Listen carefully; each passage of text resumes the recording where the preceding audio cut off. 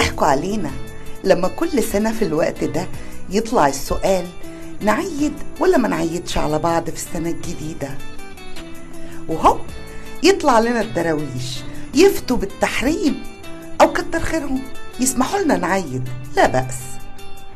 وإحنا مش ملاحظين إنهم بكده بيضحكوا علينا وبيتقلهوا على الله بإضافة محرمات على 14 محرم اللي جم في كتابه، أو يتفزلكوا بإثبات الحلال اللي هو واسع ولا نهائي.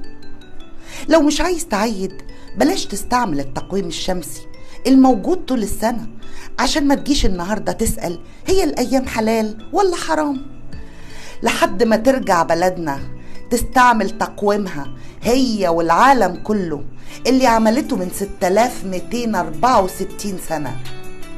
أو عيد واصحى وفوق من الخزعبلات اللي هي مش مهمة ولا من أولوياتنا بيطلع بيها علينا ناس عايزين يحافظوا على مكاسبهم ويتسلطوا باستخدام الدين.